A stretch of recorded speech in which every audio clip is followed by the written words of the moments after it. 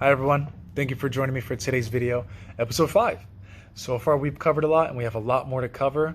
I'm glad we've made it this far and I'm glad you're still with me on this journey of mine.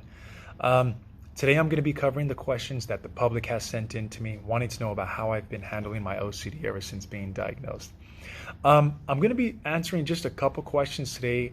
I don't have much time. Instagram only has a certain time limit with their videos. This is going to be a 3 to 5 parts for this topic. So if you haven't sent in your question, if this is your first time hearing about it, please send it in. You definitely have time. If you want to know about how I've been handling my OCD or anything that I haven't covered about the condition yet in the previous videos, please send it in. I'd love to answer your question. 2 questions today. I'm going to answer them individually. But before we get started, I do have to thank today's sponsor, which is KB Tatal Merch. His link is in his Instagram where you can purchase his merchandise. So thank you, KB Tatal, for the sponsorship and for the free merchandise. First question we have today is, how has your OCD been since the beginning of the pandemic? Did you panic buy? And did the news media affect your mental health? It's a great question to start with because the pandemic has been hard for everyone. Everyone's had their own ways of dealing and coping with it. And if I'm not mistaken, I honestly think the pandemic was the very first time that mental health awareness was talked about publicly among everyone. Celebrities and athletes were sparking the conversation and having everyone chime in to tackle this issue. So this is a great question to start with because the pandemic has been the most stressful time for everyone. So how has my condition been? I've been fortunate. I've been having it under control. I've been able to keep it under control because I was able to sort of turn it into a positive. I found a way to use this pandemic, the situation that we're all going through, and find positives, turn it into positives out of that. For example, so the pandemic started for me personally March 17th because that's when they shut down the shop. I know for some people it was earlier and for others it was later. For me, March 17th is when it started.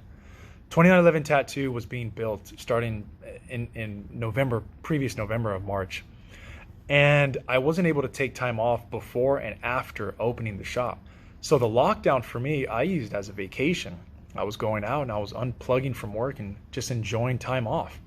It wasn't until after 2 weeks then I started to notice it's going on a lot longer than what we all expected. 2 weeks was 1 month and then 2 months and now we're at a year. So after 2 weeks I started worrying. But I didn't panic buy, and I still don't understand the toilet paper issue. But I didn't panic buy. The news media, it did mess me up a little bit because after 2 weeks I was wondering, okay, when can I go back to work now? When can I go back to some sort of normalcy? And I resorted to the news media. I resorted to the coverage on COVID, on when we can go back and when it's going to be safe. So I was constantly checking my news feed and then also watching TV, and everything was just negative. It was just, they were giving no hope to anyone. It was all bad. And after some time, I had to shut it off because I was noticing that, okay, this can turn into an obsession if I continue to watch all this negative coverage on this lockdown that we're all going through. So thankfully, I was able to keep it under control by not being addicted to the news during the pandemic.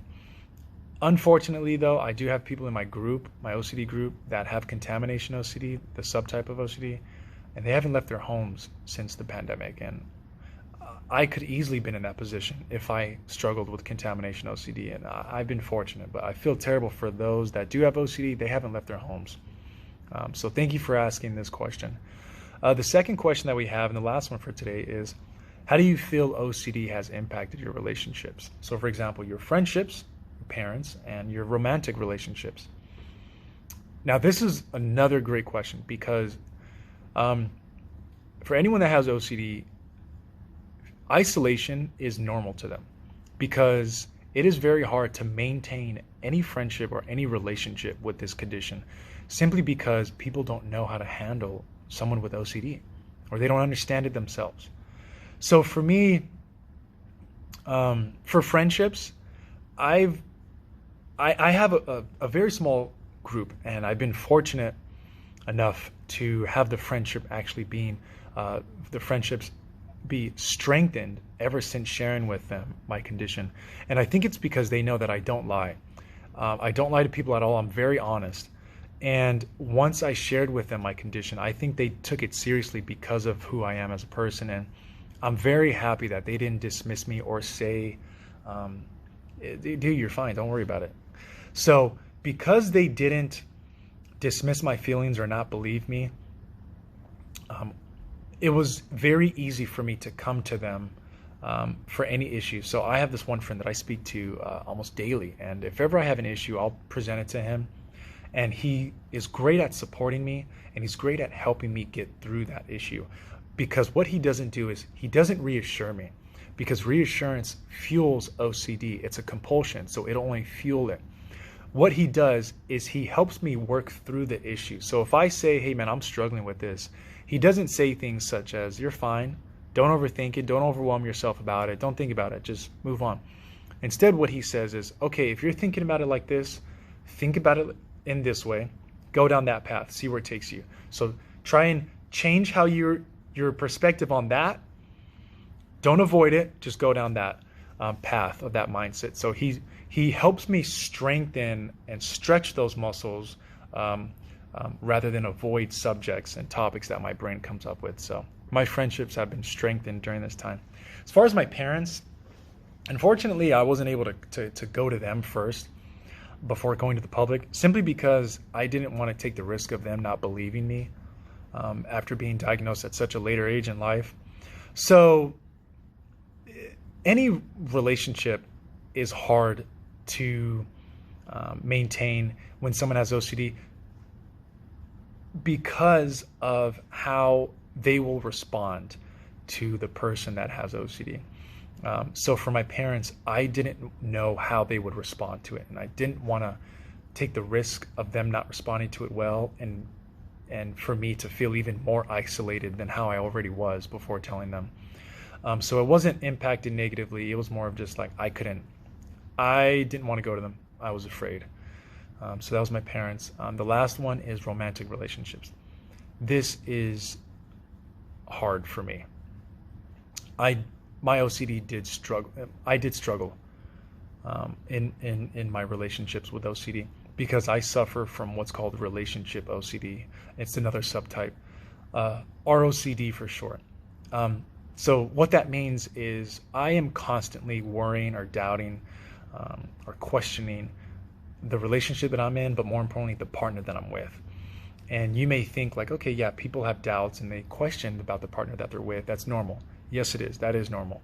Especially if a couple is going through a tough time. They know that it's very easy to think, do I want to continue to go through this and be with this person if I'm seeing these red flags? It's very normal. Unfortunately for me, I have those thoughts and those moments even during the good times. It's worse during the bad times. So I'm wondering, okay, am I attracted to this person? Do I love them? Am I lying to myself?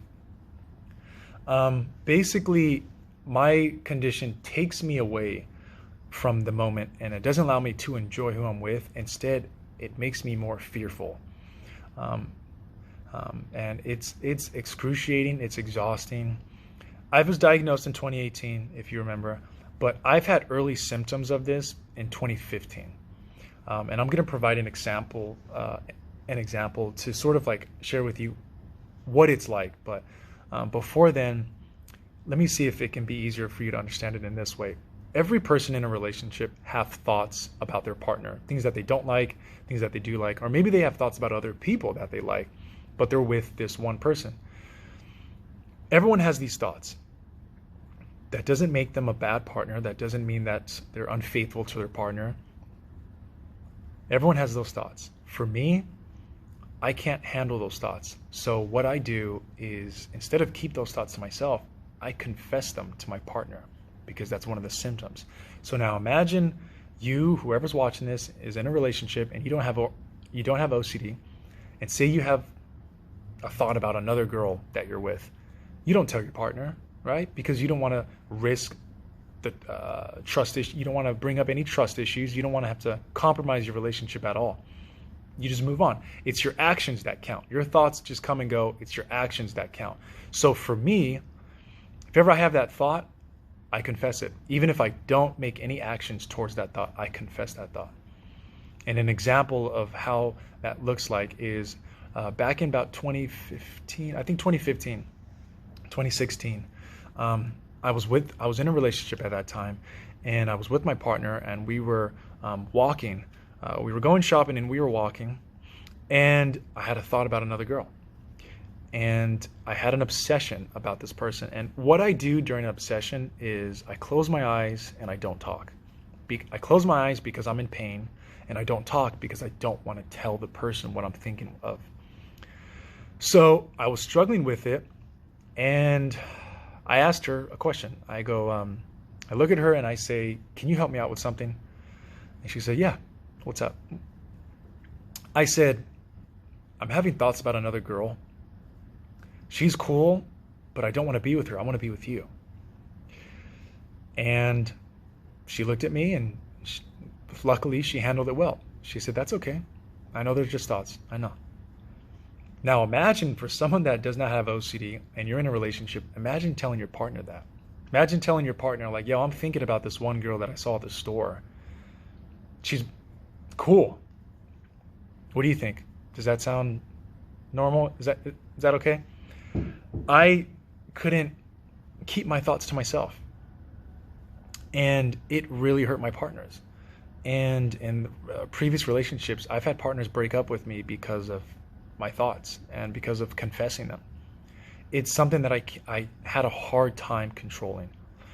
It felt like my brain was telling me, "You need to tell these thoughts knowing that there are consequences attached to it." It was so hard to deal with. I felt like my brain was holding me hostage, because all I remember it saying to me was, "Tell them your thoughts, even though they're going to break up with you. Just still do it. You're going to hurt them anyways by telling them, but just do it." It hurt my partners, and it hurt me, because it's like I was self-sabotaging, but I wasn't doing it because I wanted it out of the relationship. I wanted to stay in the relationship, but I was self-sabotaging it because I didn't know about my mental condition back then, and they didn't know how to handle it. They just thought that I was wanting to be an unfaithful partner to them. But no, I just had a hard time keeping those feelings of shame and guilt that every person has thoughts about. Instead, that I can't handle those feelings. So I would just confess those thoughts to my partner. This most relationship that I was in was about 2.5 years, and we lived together. And for the first year, I had a hard time. I was still telling that person my thoughts. And I even though I tried to warn them and I said, "Hey, you don't want to hear this, but I'm struggling," they still wanted to at least try and help out. And even then, it was hard, because you don't tell the person you love, the thoughts that go through your head that are negative, because you don't want to hurt them. For me, I couldn't control it. Even though the person that I was with was willing to help me, that's how much it can hurt the person that you love when you tell them your thoughts. And for me, it was uncontrollable. So that's the hardest part about having OCD and having a romantic relationship, is the fact that someone that you love will take it offensively, or they'll take it personally because they think that's how you really feel. When in reality, for me personally, no. Even during healthy relationships, I've gone through this. It's just my mind trying to tell me that who I'm with is dangerous to me. I don't know why. Currently, it's good. The past relationship that I was in, it was for 2.5 years, and I was able to find some way to overcome it towards the end of the relationship. So I'm still working on it, but that is how OCD has affected my friendships, my parents, and my romantic relationships. And that's it for today's questionnaire. I really hope that the example that I brought up and these questions were able to help you sort of understand more about how I've been handling my OCD. We're going to be covering next questions in the next video. Thank you for being with me. If you would like to send in more questions, if you have any questions on these questions that I answered, please send them in, okay? I look forward to seeing you guys in the next one.